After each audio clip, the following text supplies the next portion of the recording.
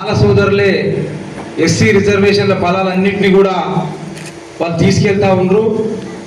జనాభా ఎక్కువ ఉండి మాదిగలకు అన్యాయం జరుగుతుందని చెప్పి 30 సంవత్సరాల పోరాటం చేస్తే ఆగస్టు 1వ తారీఖు సుప్రీంకోర్టులో ఉన్నటువంటి 7 మందితో కూడినటువంటి ధర్మాసనం ఒక జడ్జి మాకు వ్యతిరేకంగా తీర్పిచ్చిన 6 మంది జడ్జిలు ఎస్సీ వర్గీకరణ చేయాల్సిందే, ఇది న్యాయమైన డిమాండ్, దీన్ని చేసుకోవచ్చు రాష్ట్రాలని చెప్పి సుప్రీంకోర్టు తీర్పిచ్చింది.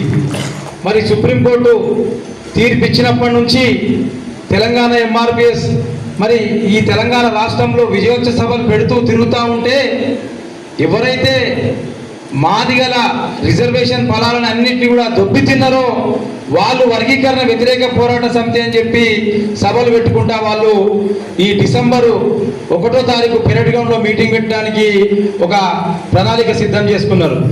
మరి మాల సోదరులకు నేను ఇక్కడ నుంచి మాల సోదరులు అంటే అంత కొంతమందే వర్గీకరణని వ్యతిరేకించే వాళ్ళనే నేను అడుగుతా ఉన్నాను. మరి 2004లో ఏబిసిడి కొట్టేసినప్పుడు మేము సుప్రీంకోర్టు తీర్పును తప్పుపట్టలే, ఎందుకంటే దేశ అత్యున్నత న్యాయస్థానం కాబట్టి మేము దాన్ని తప్పుపట్టలే.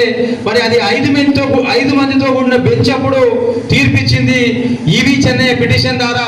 మరి ఇప్పుడు ఇచ్చిన తీర్పు 7 మందిలో ఒక జడ్జి తీర్పు మనకు వ్యతిరేకం ఇచ్చిన 6 మంది జడ్జిలు తీర్పిచ్చిన తీర్పుని మీరు వ్యతిరేకిస్తున్నారంటే అంబేద్కర్ని వ్యతిరేకిస్తున్నారు, రాజ్యాంగాన్ని అవమానపరుస్తున్నారు.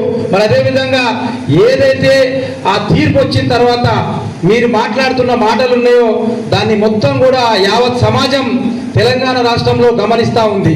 మరి ఈ రిజర్వేషన్ ఫలాలు మేము తినలే, మాకు అందలే, మాకు కూడా అన్యాయం జరుగుతుందనే మీరు జనాభా నిష్పత్తి ప్రకారం ఎవరి జనాభా ఎంత ఉంటే అంత రిజర్వేషన్ ఫలాలని మీరు తీసుకోవచ్చు అని చెప్పి సుప్రీంకోర్టు తీర్పిచ్చింది.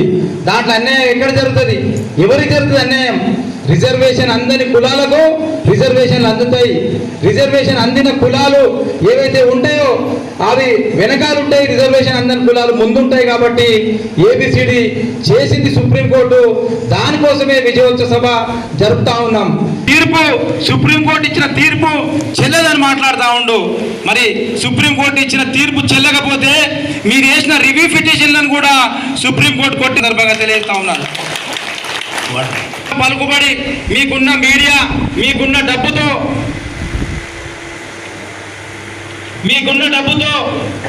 మీరు అమాయక ప్రజలైనటువంటి మాల అందరినీ కూడా ఉసిగొలిపి వారి నువ్వు గుర్తుంచుకో. ఖబర్దార్ వివేక్ వెంకటస్వామి, నువ్వు కనుక వర్గీకరణ అడ్డుకోవడానికి రాష్ట్రంలో సభలు పెడితే మాత్రం వచ్చే జిల్లా వర్ధనపేటలో నాగరాజ్ అనే ఒక పోలీస్ ఆఫీసర్ ఉద్యోగానికి రాజీనామా చేసి వచ్చి ఈరోజు ఆయన ఎమ్మెల్యేగా గెలిచి వర్గీకరణ వ్యతిరేకిస్తా ఉన్నాడు. అందరం ఒక్కటి ఐక్యతగా ఉంటామంటాడు.